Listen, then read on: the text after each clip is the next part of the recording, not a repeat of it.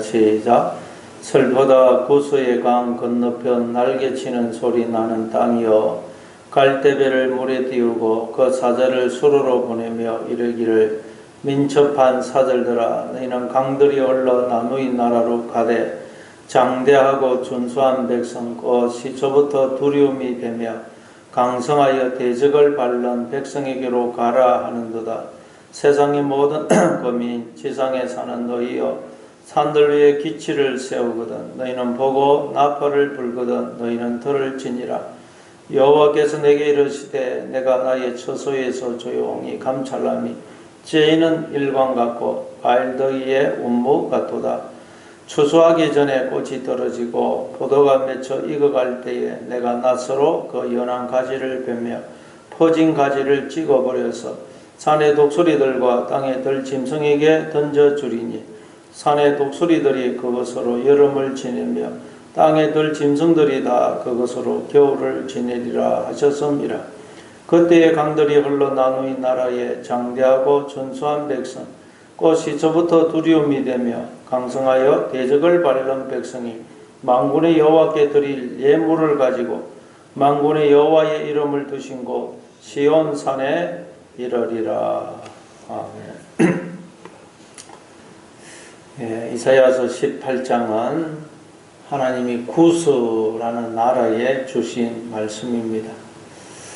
근데 읽어보니까 다른 열방에 대해서는 하나님이 경고, 아주 무서운 경고의 말씀을 하시는데, 이 구스에 대해서는 보면 너희는 하나님을 바라보고 하나님의 음성을 들으라고 권면을 하고 계세요. 마치 하나님이 이스라엘 백성들에게 하시는 말씀을 하시는 것처럼 그렇게 말씀을 하고 계십니다. 그래서 이걸 통해서 바로 모든 이방 나라도 다 하나님의 백성이라는 것을 알 수가 있습니다. 자, 그러면 하나님의 구스 나라에 대해서는 도대체 또 무슨 말씀을 하는지 살펴보겠습니다. 1절에 보니까 슬프다 구스의 강 건너편 날개치는 소리 나는 땅이여 그래요. 구스는 이디오피아를 가리킵니다. 지금 아프리카의 북부 지역에 있는 이디오피아.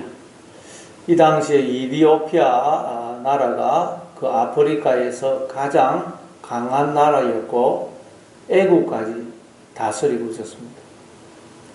근데 이제 그래서 거기 보니까 슬프다 구스의 강이라는 것은 나일강을 가리킵니다. 구스의 강 건너편 날개치는 소리, 강 건너편 날개치는 소리는 그 강 주변에 새들과 온갖 새들과 벌레, 곤충들이 나는 소리를 가리킵니다. 날개치는 소리 나는 땅이요. 그만큼 많은 새들과 곤충들, 벌레들이 살고 있다는 말은 그만큼 그 땅이 비옥하고 평화로운 땅이라는 말이에요. 비옥하고 평화롭다는 뜻이죠. 그런데 지금 이제 어떤 일이 일어났느냐. 그 중동에서 아수르 나라가 쳐들어와 가지고 아람 나라와 북쪽 이스라엘을 정복했습니다. 그리고 이제 남쪽 유다도 정복을 하려고 하고 있습니다. 그걸 이디오피아도 들었어요. 그런데 만약에 이제 그 아수르 나라가 남쪽 유다를 정복하고 나면 이디오피아를 공격해 올 것입니다. 그리고 혹시라도 또 남쪽 유다가 아수르에게 항복을 해가지고 아수르와 유다가 함께 이디오피아를 공격을 하면 이 구스도 이디오피아도 아주 위험해집니다. 그래 아주 지금 국제 정세가 급박하고 혼란한 상황입니다. 그래서 이제 이디오피아에서 남쪽 유다에게 사절단을 보냅니다. 사절단을 보내가지고 그 유다의 히스기야 왕한테 이 구스 나라에서 사절단을 보내가지고 우리가 너희를 도와줄 테니 절대 아수르에게 항복을 하지 말아라. 버텨라. 우리가 도와주겠다. 그렇게 사절단을 보냅니다. 그게 2절입니다. 2절. 2절에 보면 갈대배를 물에 띄우고 그 사자를 수로로 보내며 이르기를 민첩한 사절들아 너희는 강들이 흘러 나누이 나라로 가되 장대하고 준수한 백성 곧 시초부터 두려움이 되며 강성하여 대적을 밟는 백성에게로 가라 하는도다. 이 2절은 참 읽어보면 무슨 뜻인지 참 좀 어려운데 이 원문도 번역을 하기가 굉장히 어려운 원문입니다. 그래서 원문을 보면 두 가지로 번역이 가능합니다. 하나는 이디오피아에서 유다에게 사절단을 보내면서 그 사절단에게 하는 말로 이렇게 번역을 할 수도 있고, 두 번째는 이디오피아가 남쪽 유다에 보낸 사절단에게 하나님이 말씀을 하시면서 너희 나라로 돌아가라, 본국으로 돌아가라, 그렇게 하는 것으로 번역이 다 가능합니다. 그런데 지금 우리 한글 성경은 그 두 가지 번역 중에 하나만 택해야 될 텐데 그걸 섞어서 번역을 해놨어요. 그래서 말이 안 맞게 지금 우리 한글 성경이 번역이 되어 있습니다. 그래서 공동 번역을 보면 이걸 이렇게 번역을 해놨습니다. 공동 번역을 보면 특사를 왕골 배에 태워 강물에 띄워 보내는 나라여 걸음이 날랜 특사들아 돌아가거라. 키 크고 털이 없는 민족에게로 만인이 무수하는 백성에게로 강줄기가 여러 갈래 뻗은 땅에 사는 사람들에게로 힘이 세어 남을 짓밟기 좋아하는 민족에게로 가거라. 그러니까 공동 번역은 어떻게 번역을 했느냐? 이디오피아가 유다에게 보낸 사절단, 그 사절단에게 하나님이 이사야 선지자를 통해서 말씀을 하는 것으로 그렇게 번역을 하고 있습니다. 그래서 뒤에 나오는 구절을 읽어보면 그렇게 두 번째 번역을 택하는 것이 맞다는 것을, 문맥상 맞다는 걸 알 수가 있어요. 이디오피아가 남쪽 유다에 사절단을 보냈는데 하나님이 그 사절단에게 하시는 말씀을 그렇게 번역을 하는 것이 이게 뒤에 나오는 구절들을 읽어보면 맞다는 걸 알 수가 있어요. 그러니까 하나님이 그 사절단에게 뭐라고 이야기하느냐? 이제 그 이사야 선지자를 통해서 그 사절단에게 이렇게 말해라는 것입니다. 너희는 헛수고하지 말고 본국으로 돌아가라. 너희 나라가 아무리 키가 크고 탄력 있는 피부를 가진 백성이라 하더라도 또 막강하여 다른 민족을 짓밟는 무서운 나라이어도 그리고 강이 나누이는 비옥한 토양을 가진 부유한 나라이어도 그래서 온 세상을 두렵게 하고 떨게 하는 그런 나라일지라도 너희는 유다를 도와주지 못한다. 그러니 너희 나라로 돌아가라. 이렇게 그렇게 번역을 해야 됩니다. 도움이 안 된다. 너희들은 유다에게 절대 도움이 안 된다. 너희 나라로 돌아가라. 뒤에 사실 그 이사야서 37장에 보면 이디오피아의 왕 디르하가가 남쪽 유다를 도와주겠다고 옵니다. 그러나 패해서 망해서 돌아갑니다. 그럼 대신 하나님이 어떻게 하시죠? 대신 하나님이 아수르 군사 18만 5천 명을 천사를 보내서 하룻밤 다 죽여버리죠. 그리고 사내립은 자기 나라 돌아가서 암살을 당합니다. 하나님께서 이 이디오피아가 보낸 사절단을 향하여 돌아가라. 너희들은 유다를 도울 수 없다. 모든 건 내가 한다. 돌아가라. 그러는 것입니다. 3절에 보니까 세상의 모든 거민 지상에 사는 너희여 산들 위에 기치를 세우거든 너희는 보고 나팔을 불거든 너희는 들을 지어라. 더 나아가서 하나님은 이사야 선지자를 통해서 구수뿐만 아니라 세상의 모든 거민 지상에 사는 모든 인간들을 향하여 말씀을 하세요. 구수뿐만 아니라 어떤 말씀을 합니까? 너희는 산들 위에 기치를 세우거든 너희는 보고 산 위에 깃발이 세워지거든. 너희는 그 깃발을 봐라. 너희가 해야 될 일은 다른 게 아니고 내가 산에다가 깃발을 세우거든. 그 깃발을 보고 나팔을 불거든. 너희는 그 나팔 소리를 들으라.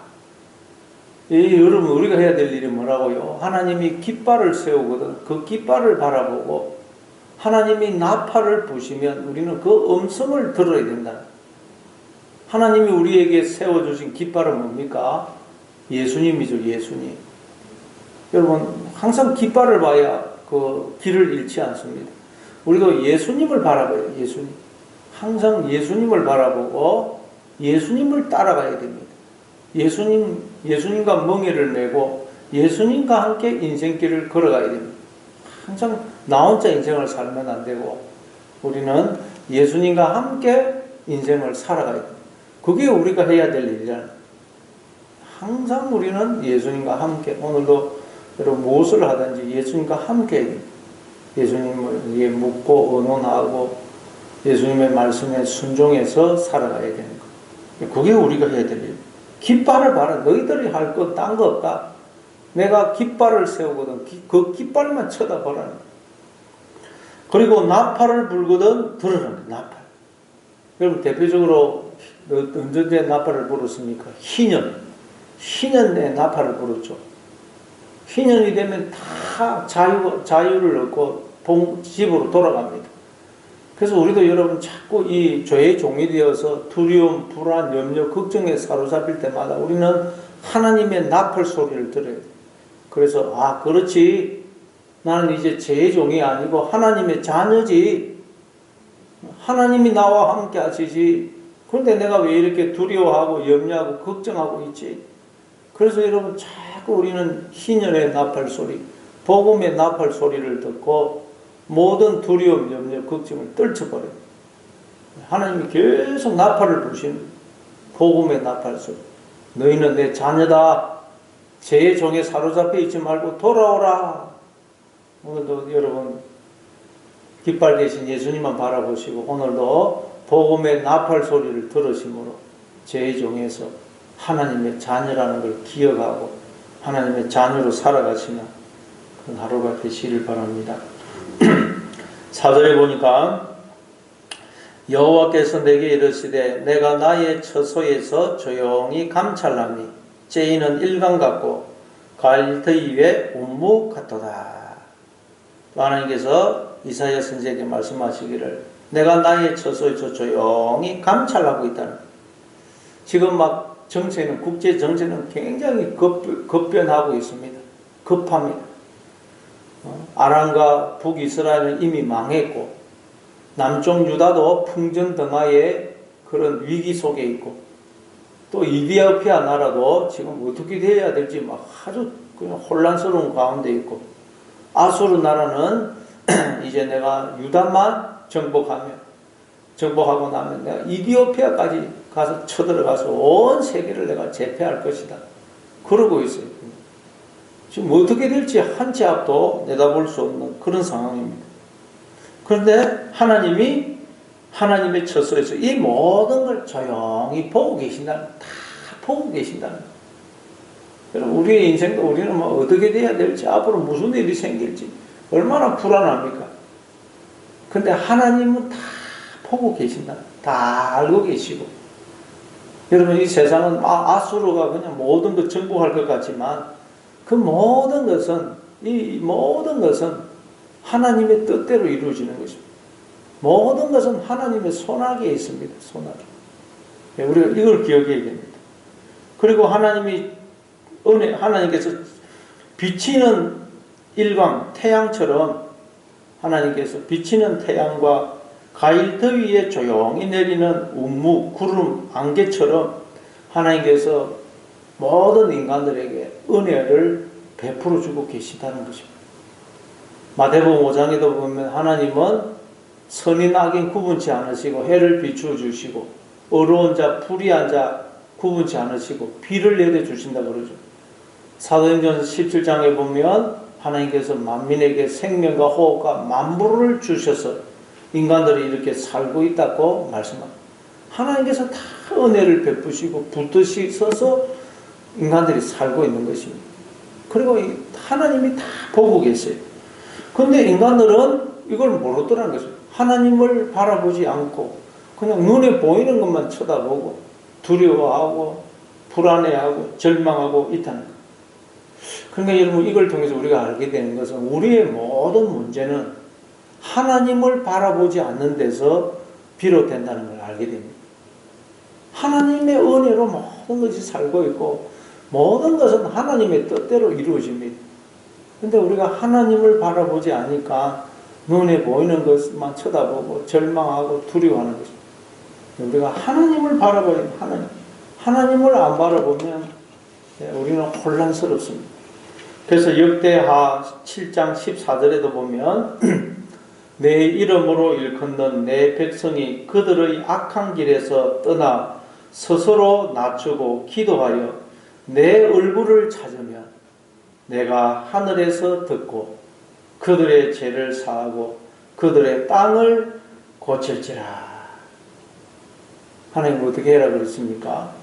내 백성이 그들의 악한 길에서 떠나 스스로 낮추고 기도하여 내 얼굴을 찾으면 하나님께서 듣고 우리의 땅을 모든 죄를 사하고 땅을 고쳐주신다.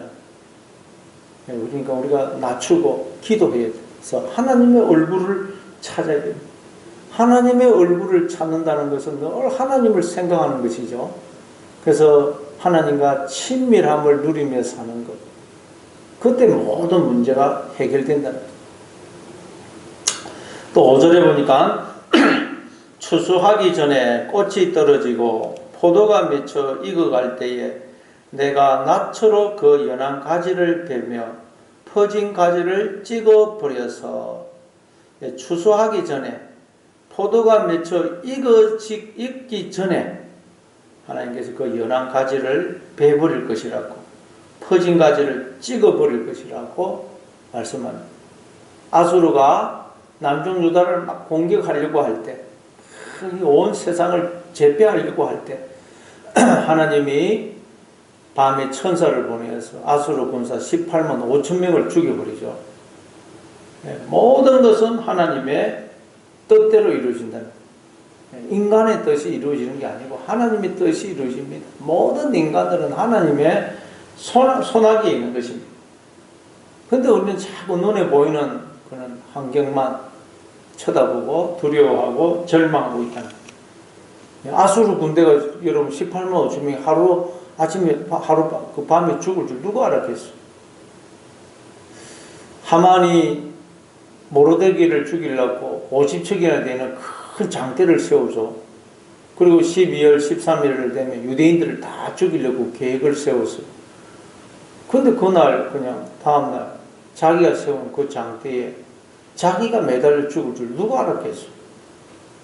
여러분, 인간의 계획과 뜻이 이루어지는 게 아니고 모든 건 하나님의 계획과 뜻이 이루어진다는 거예요. 그래서 우리가 해야 될 건 하나님만 바라봐야 됩니다. 하나님. 6절에 보니까 산의 독수리들과 땅의 들 짐승들에게 던져주리니 산의 독수리들이 그것으로 여름을 지내며 땅의 들 짐승들이 다 그것으로 겨울을 지내리라 하셨음이라. 이건 바로 아수르 군대 18만 5천 명 그 죽은 아수르 군대의 시체를 독수리와 그 들짐승에게 던져주어서 그 독수리와 들짐승들이 그것으로 여름을 지내고 겨울을 지낸다는 그런 말입니다. 근데 요한복음 15장 6절에서 예수님이 이렇게 말씀을 하셨어요. 사람이 내 안에 거하지 아니하면 가지처럼 밖에 버려서 마르나니 사람들이 그것을 모아다가 불에 던져 사르느니라. 우리가 예수님 안에 거하지 아니하면 우리는 이 나무에서 잘려진 가지처럼 말라 죽어간다는 거예요. 그래서 그걸 사람들이 모아서 불에 던져 사른다 그래요. 우리가 예수님 안에 거하지 않으면 우리는 참된 생명을 누릴 수가 없다는 것입니다.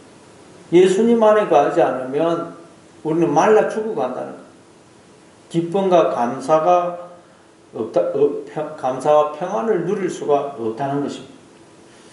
우리가 풍성한 생명을 살 수 있는 방법은 오직 하나, 예수님 안에 가는 예수님. 예수님 안에 간다는 말은 예수님의 다스림과 통치를 받는 걸 말해죠. 예수님과 함께 살아가는 걸 말합니다. 이걸 또 구약에서는 깃둘린 종으로 설명합니다. 깃둘린 종. 출애굽기 21장에 보면 유대인들이 노예가 되었을 경우에는 영원히 노예가 되는 게 아니고 6년을 종살이 하였으면 7년째는 자유케 됩니다. 그런데 이 종이 주인을 사랑해가지고 나는 영원히 주인의 종이 되겠습니다. 그러면 재판장에게 데려갑니다. 그래서 이제 재판장이 확인을 하고 네가 정말 이 주인의 영원한 종이 되겠느냐? 예, 그렇습니다. 그럼 이제 기르에다가 구멍을 뚫어요. 문설주나 문에다가 대고 송곳으로 귀에다가 구멍을 뚫습니다. 그러면 이제 그 종은 영원히 그 주인의 종이 됩니다. 근데 그렇게 귀가 뚫려서 영원히 주인의 종이 되면 아주 단점도 있지만 장점도 있습니다. 단점은 뭐냐? 첫째, 귀가 뚫리는 고통을 당해요. 귀를 송곳으로 뚫리면 얼마나 아프겠어. 귀가 뚫리는 고통을 당해야 돼요.